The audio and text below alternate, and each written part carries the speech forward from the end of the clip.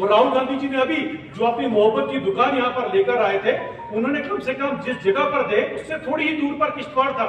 2013 क्या राहुल गांधी जी भूल गए?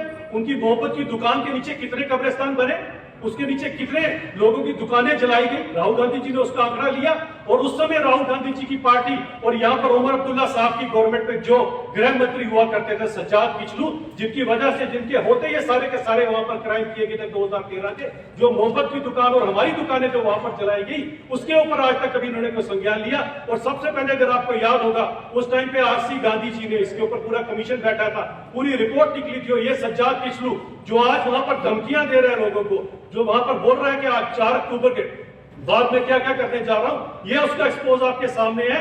उसी कमीशन के अंदर सज्जाद अहमद किचलू जो है वो इंडिक्टेड है, इंडिक्टेड दोषी पाए गए हैं। सज्जाद किचलू दोषी पाए गए हैं इसके अंदर। और ये बताएं कि जो इंसान दोषी पाया गया वो नॉमिनेशन किस तरह से भर सकता है, और क्या जब उन्होंने नॉमिनेशन भरा तो उसके अंदर अपनी इस इंक्वायरी का उन्होंने कहीं पर बयान किया है? जरा उसका बताएं हमें। और आज तक उनको अगर सजा नहीं हुई तो कारण क्या था? इसके अंदर कुछ ऑफिसर्स के ऊपर भी लेवल, लेकिन ऑफिसर बेचारा क्या करेगा जब ऊपर जो आजकल उमर साहब कहते हैं बेताज बादशाह, बेताज बादशाह तो आप थे, आप चीफ मिनिस्टर थे, सज्जाद किचलू आपका होम मिनिस्टर था, आपने क्यों इंक्वायरी के बाद भी सजा नहीं दी उमर साहब? तो बेताज बादशाह कौन है, आप हैं या जिनका नाम अभी ले रहे हैं, जिन्हें प्रेसिडेंट ने यहाँ पर लाया है? तो उमर साहब इसका जवाब दो, सज्जाद किचलू उसका जवाब दें कि ये इंक्वायरी के अंदर आप दोषी पाए गए हो, वो मासूम लोगों की जो दुकानें की वहां पर जो जलाई गई है उसका सज्जाद किचलू दोषी है। उस सज्जाद किचलू को क्या सजा नहीं होनी चाहिए?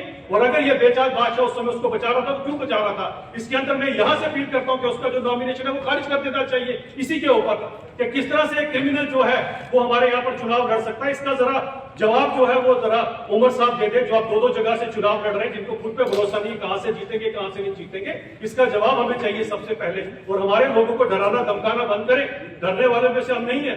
हमें पता जो जुल्म सितम हमने सहे हैं जब आप यहाँ पर बेताज बादशाह बन के चीफ मिनिस्टर थे और सज्जाद किचलू जैसे आपके गृह मंत्री हुआ करते थे। इसका एक एक चीज का हिसाब किताब भारतीय जनता पार्टी जैसे ही चुनाव खत्म होकर सरकार बनेगी, आपसे एक एक चीज का, एक एक दुकान का, और वो एक एक इंसान जिसने अपने प्राण गंवाए हैं उसका जवाब और हिसाब किताब दिया जाएगा। सज्जाद किचलू याद रखना मेरी बात।